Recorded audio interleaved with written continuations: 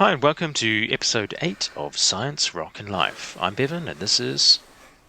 Baxter, let's roll that intro.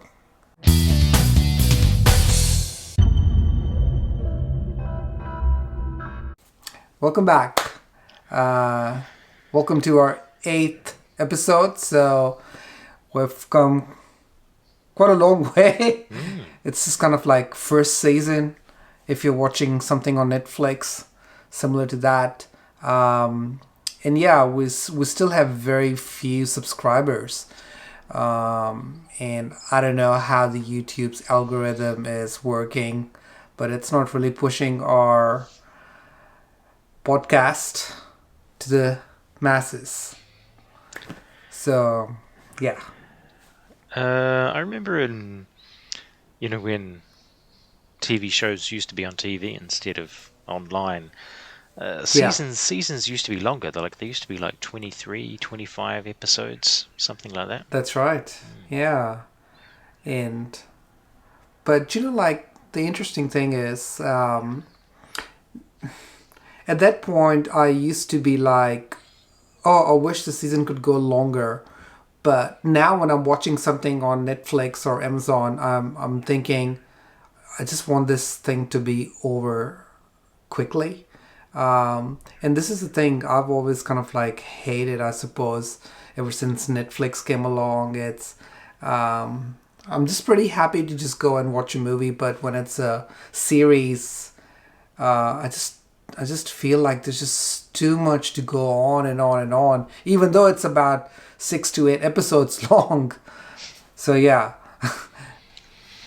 Yeah, I think they, at least now, they kind of put a lot more money and effort into fewer shows. So, in the past they would have,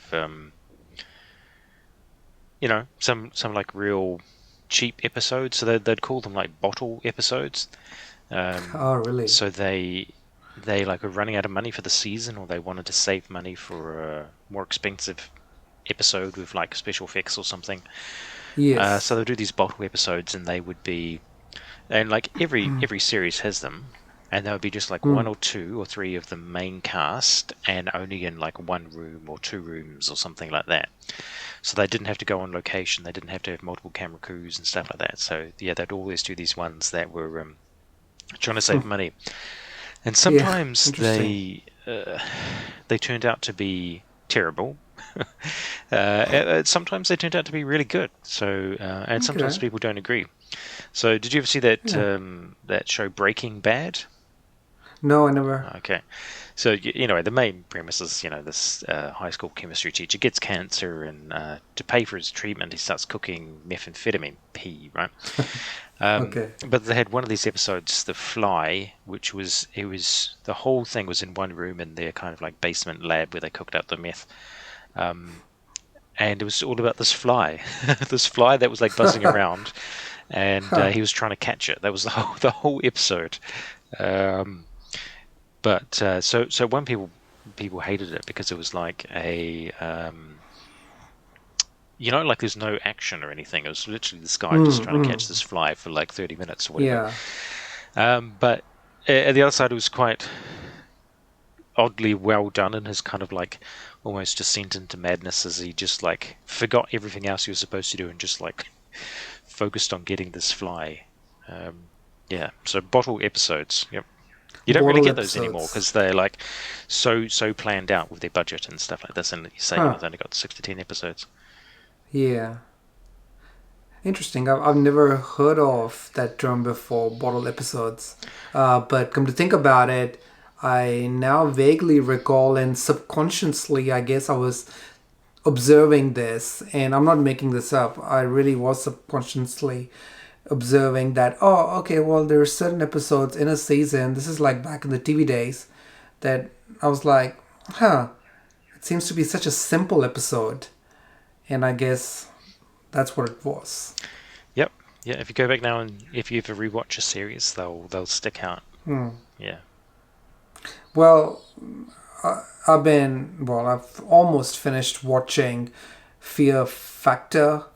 Mm. And even though that was a bit of a reality game show, and it used to be like about 23 episodes or 24 episodes. Towards the end of the season, I've noticed like they would like just do like just a recap of all the of the best stunts or whatnot, and I thought to myself, why couldn't they just deliver a proper episode? And now it all makes sense. Mm. Yep. Yep. Yeah. Are you watching anything on Netflix at the moment? Yes, I kind of flick between different things. One thing that kind of frustrates me now that we never had the trouble with was that I kind of want to binge watch now. Like I want to see something and then like, oh, cool, I want to see the next one. So yeah, this and with some of them they just release them on a weekly basis. So one of the ones I'm watching is called Lower Decks, which is an animated Star Trek Oh, TV show. You know how, nice. in any show, it's always focusing on, and you can imagine Star Trek, whatever, it's always like on the captain and your Yeah, senior officers and all this kind of thing. This one yeah, focuses on like what are the lower decks, like the low ranked crew yeah, members yeah. and like the ensigns and all those like beginning people. What do they Nice, get up when all the other stuff is going on? Yeah, nice. Well, that would be nice for a change. yeah, yeah. Yeah, my favorite Star Trek series was The Next Generation, Mm. and I didn't really watch anything after that. But this sounds quite interesting because, yeah, So this is different set. take. This is set during the time of Next Generation, and you Oh, may not remember, but in the seventh, I just watched it again a couple of days ago. That's why it's okay. fresh in my mind. But in the seventh Yeah. season of TNG, Next Generation, there was Mm-hmm. an episode called Lower Decks, and that's where they got this kind of idea from. Idea from. Interesting. Okay. No, I'd be keen to watch this, actually, to be honest. So, and Uh, this is the problem with streaming services. So this one is only on Amazon Prime. oh, that's perfect because I do Okay. have Oh, Amazon there you Prime. go. So it's called the Lower Deck. Yeah, Lower Decks. Yeah, yeah. Lower Decks. Okay, I'll definitely check it out. So, did you say it's animated? Yeah, yeah. Okay. Yeah, And that'll be cool. just like 30 minutes or something like that. Yeah. Oh, yeah, yeah, yeah. Yeah, 30 minutes is a good time. Um, I haven't watched. Well, speaking of TV shows, have you watched Squid Game? It seems to be the No, thing. I've heard about it just this week, but I've got absolutely no idea what it is. Yeah, I only watched the first episode, but I just realized it wasn't for me. Ingrid loved it. She ended Mm, up watching the whole lot, mm. but I only watched the first episode. And yeah, it seems to be like a global hit. So what's the So, premise? Sell it to me. Well, probably not oh no, since you didn't want to watch it. I can't because I don't really want to sell this because it's just not my thing. It's kind of, in a nutshell, it's kind of similar to like Hunger Games. Ah, Do you okay. know the Yeah, movie? yeah, yeah. Yeah, and yeah. I mean, look, I love watching horror movies and stuff, and I'm not too worried about gore and stuff in horror movies, but this is just, yeah, was too disturbing for me. Okay. So yeah, I I haven't didn't. seen anything. I haven't seen a trailer. I haven't seen a screenshot. Nothing. I just heard the Yeah. thing, and I first thought, "Oh, what's that? Squid something? Is that Squidward from SpongeBob?" So I'm guessing it's not that. Yeah, I know. Uh, Squid Game. Yeah, Mm. it was okay. I sat through the first episode. I was just curious to see, if I'm gonna like it or not. What's it all about? And I can imagine, like things with these type of TV series is that there's always a cliffhanger at the end of the episode, and you just want to watch it, and you just yeah, they just want you to go to the second episode and so Oh, yeah, forth. yeah. And I'd rather just watch movies. I don't know. I'm very particular with my TV series. X Files is Mm. something I loved, and I've seen it like on many occasions, and I can still watch it again. It was just every episode was different. It's not a continuation, And if one episode sucked, then you could always go and watch another episode. Um, this is what I've been watching this week.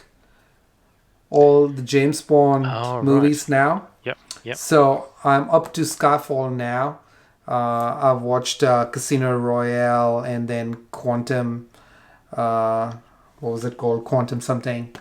And then the next one is Skyfall, and the one after this is um, Spectre. So, did you start? Because I started watching them a couple of years ago, and then I don't know, I must have got out of it for some reason, just forgot. But I started from the original ones, Sean Connery, Oh, and the worked all my way up through all all of them. right, Yeah. yeah. I've seen the ones with Roger Moore Oh, yeah. because he was my favorite Bond in the classic days, and then Pierce Brosnan, Mm, you know, mm. but most of his movies were actually quite cheesy and but he was still a cool Bond, like I'm a huge fan of Pierce Brosnan. And then I think when Daniel Craig came along, he just brought some seriousness and got rid of the cheesiness out of the franchise, and it was really cool, like really good movies, the ones he has done. And so yeah, and now there's a new one coming out. I'm looking forward to watch that. I think it's called No Time to Die, and then this will be the last one with Daniel Craig, and then they will have somebody else. Um, Right. yeah, they will select somebody else. I don't know who it will be. Nobody knows, obviously. Do you reckon they're going to do what they did with Doctor Who and have a female Bond? Well, you know, w- yeah, I've had this conversation quite recently as well with Ingrid, and like, hey, look, I'm all up for women empowerment and everything. I've got a daughter, I've got a sister, and I don't know. Bond is such an iconic character, and I don't see it necessary that they should change it to a female character just to fit in with the times. And if they want to make somebody with a female character, just call her Jane Bond or something. Have a new series, have a new franchise. But why ruin James Bond? Uh, he's this character has been out for so many decades, and Mm. there's a history. And yeah, like, nothing against having a female character.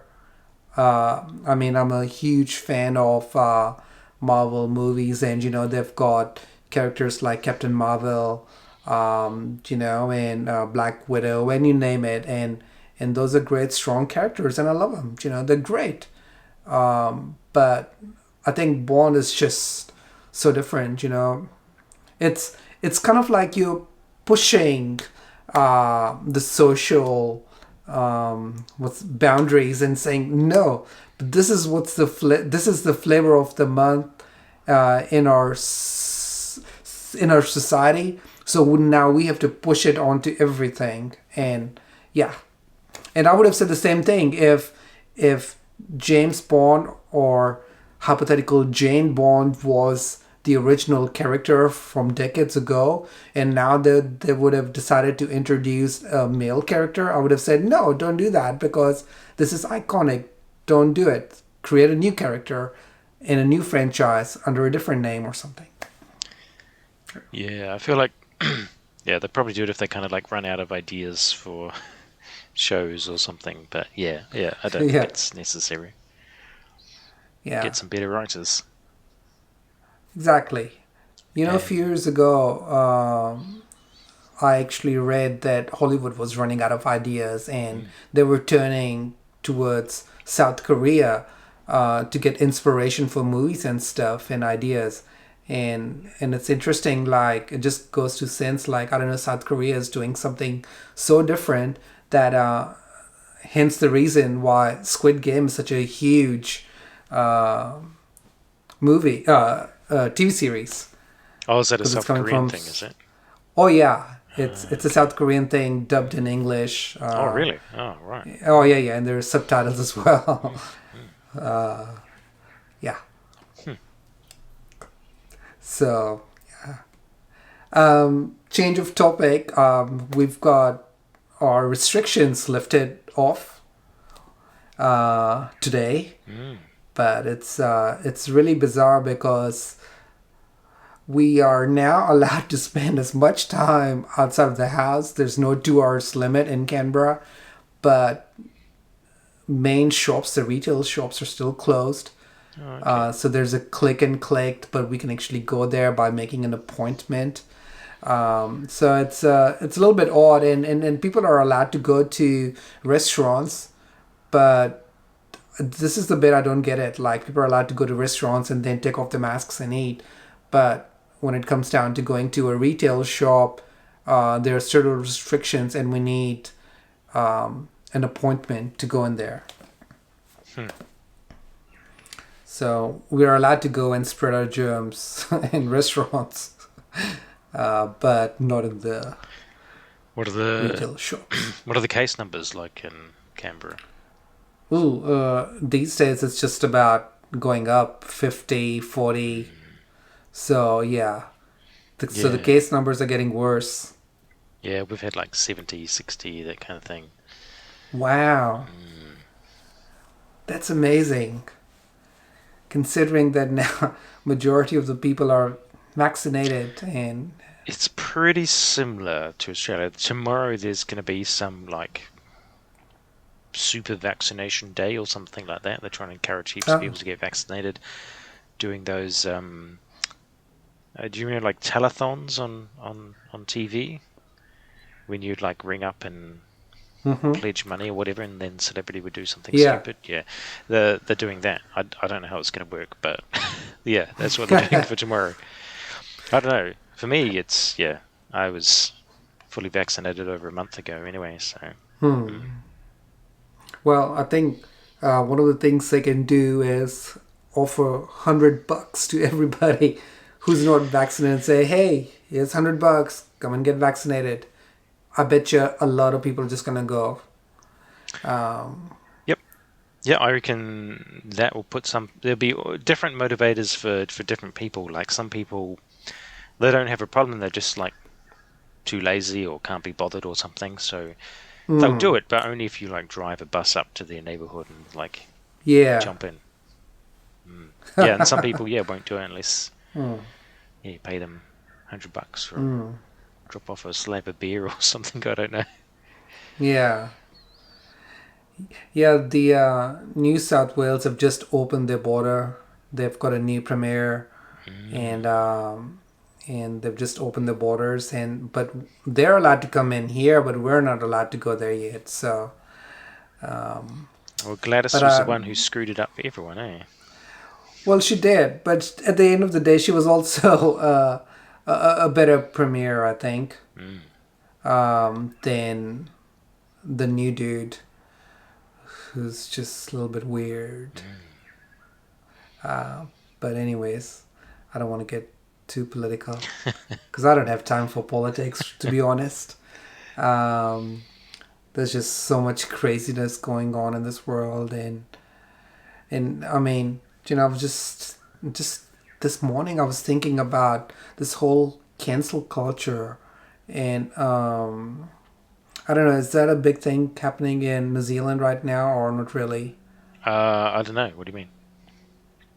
Oh, it's just cancel culture if like somebody does something really or something bad, they just kind of like completely like if somebody's on TV or something, Mm. and they find out something about this person, they just kind of shove that person out. And even if it's not too bad, I mean, if it's something really extreme, I can understand that. But if it's something minor, they just tend to shut down. And yeah, this whole cancel culture thing, and I think this is just another example of where our society is going in terms of being so politically correct that it's like another level of political correctness, really.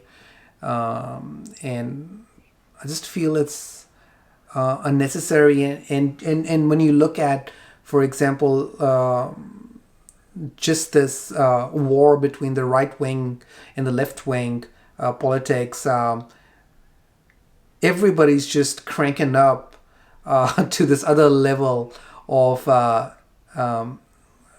being fanatics. I guess that's what I can say. It's and you can understand like the other party has to retaliate one way or the other, and it's just getting extremer and extremer and extremer. Mhm. That yeah, I don't know. So do you think you notice that more because you're in Canberra? No, I think I just notice it when I watch news.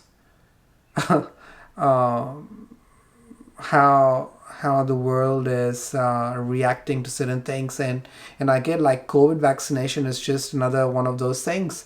If if this look, I think a lot of bad stuff has happened pretty much when Trump got into power, and that kind of created this cascades of events, which has given rise to this excessive political correctness, I think. Or And in Trump wasn't retaliation, Oh, I see what you mean. Yeah. no, yeah, yeah. So, and the more the left wing is trying to make things better, the right wing is trying to make it, worse. I suppose uh, but they're just retaliating, and anti-vaccination and anti-mask stuff is just another example of retaliation, really. You know, our our old friend, the singer of our old band, singer of our band, Mm, mm, Dell. mm. He posted something on social media saying like, because he's an anti-vaxxer and he's an anti-masker, Hmm. and a while ago he just posted some stuff saying like, if you are and if you're pro-vaccine or pro-mask, then I'm just gonna unfriend you or stuff like that, and then he was really asking people to come in and say something. So, and I really think like the whole thing is just so unnecessary. And if people got some issues, they should just medical issues. That's understandable, but this whole thing which has been created in our society right now because of vaccination is just so absurd and just shocking at the same time. Too extreme. I guess that's what I'm trying to say. Yeah, yeah. No, I don't. Yeah, it's crazy. Yeah, the lengths that some people will go. Hmm. Um, And yeah. and the more the government and the doctors and the left wing are gonna say like, yep, go ahead, get vaccinated. It's just human nature that they're just gonna say no, I don't wanna. Do you know what I mean? Have there been those vaccine mandates? So we just this week it was announced that all teachers would have to have the vaccine if they wanted to if they wanted to be a teacher anymore. So yeah, that you have to have it if you're going into school. Yeah. Also, yeah, it's the rules haven't quite come out yet. It seems kind of broad, but like anybody, basically anybody who's going to a school, like contractors, lawn mowers, anything like that, needs to like Hmm. prove that they had a vaccine. Well, I think right now in Canberra they're kind of like a bit hesitant in terms of mandating stuff because they're like, we want to give everybody a chance before we make this a law, Mm. But I'm all up for it, because the simple analogy I can give is that we have road rules and we follow that. We've got traffic lights, and we've got laws. If we break laws on the road, we get a ticket or whatnot. And in the same way, this is to deal with human health, and if people aren't listening, then yeah, you gotta be strict. So I'm all up for that. would I think something differently if I was in their position? Uh, yeah, if I was in their position to answer my own question, I would be just an ignorant person, you know, and maybe the government, federal government, needs to come up with a better way of communicating or teaching, so that people are not so ignorant and they understand it better rather than like, no, you gotta get the vaccine. Yeah, it's weird how it's just this one because I guess there's always been people who are anti all vaccines, but it seems like there's some people who've taken vaccines in the past, flu or tetanus or Hmm. measles, mumps, rubella. All those ones are suddenly coming out against the coronavirus one for some reason. I know. I know. What can I you do? think some of it is like we've got the Pfizer one here, the technology, the mRNA. So Hmm. from my point of view, it's really cool. Like it's such a cool technology from like a cellular Hmm. biology thing. I was so That's right. excited when I like heard of it. I was Likewise. one of my plane trips got cancelled, and I had to have this massive long like 4 hour bus ride back from a small town back to Auckland, and sat by someone who worked for a car company. And I was telling her about it, and I don't think it was a good idea because I was explaining what happened in the mRNA went into the Yeah. cell, and then your ribosomes, make the spike protein and stuff like that. I think that kind of put her off. But in reality, it's a lot safer than those than the protein. Well, Yeah. it's certainly safer than inactivated viruses, um, That's right. and more compatible. It's less ingredients. So the for the flu vaccine, they have to grow it up in eggs. Although actually, just this year they had a new version that was in cell culture for the first time for people Okay. who are allergic to the egg proteins. Mm-hmm. Interesting. Mm. Yeah, no, like for us biologists, because we have the understanding and just understanding of the background and how it's all done and everything. Really, this is the safest thing one can actually get, and same goes for genetically engineered crops as well, or anything which is genetically engineered. Like gene therapy is the future, and once again, it goes to the show that a lot of people don't really know much about these things, and then they go around doing protests and things and saying, "Oh, this is all bad," because it may come across as very scary. I can understand that bit, but this is where people should actually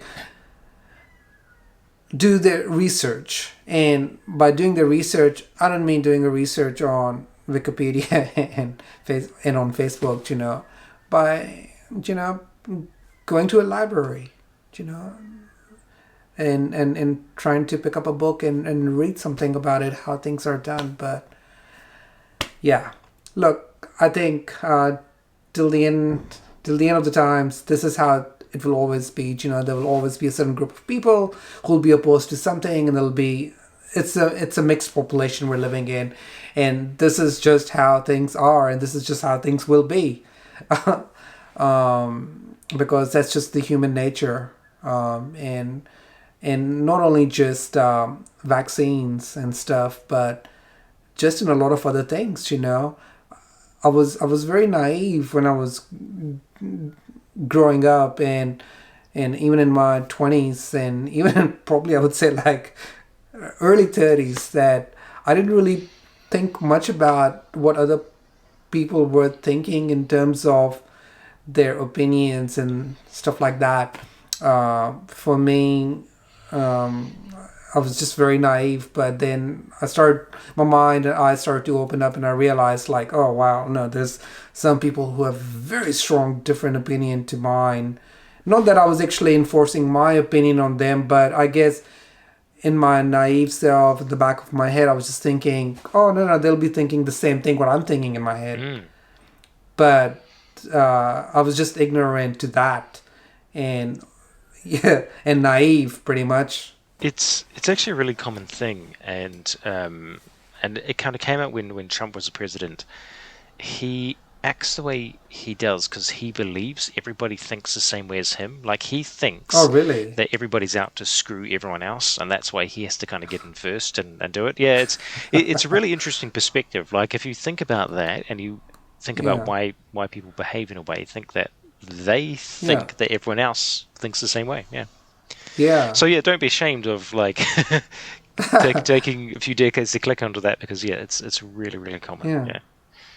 Oh no, I mean, like I'm happy that I figured it out, a few years ago, almost 10 years ago, and I'm still learning, and but sometimes it still baffles me when somebody else has, for something really simple, has such a different opinion to mine, and it makes me think like, wow, But I'm learning to be better in terms of trying to put myself in other people's shoes and try to think like what they could be thinking and why they're thinking, but I try not to overanalyze. This is something which I used to do a lot in my younger days, but I'm trying to just kind of like relax and be yeah, go with the flow. Well, that's a positive end to this episode. Go with the flow. Yeah, Yeah. go with the flow. Well, thank you guys so much for watching our 8th episode. And if you've just stumbled upon this podcast, we post our episodes every Monday, and we talk about a lot of things, science and music and life. So if you like any of these things, make sure to subscribe, hit that like button, and also hit that bell button so you'll be notified every time we post a new video. All right, catch you guys next time.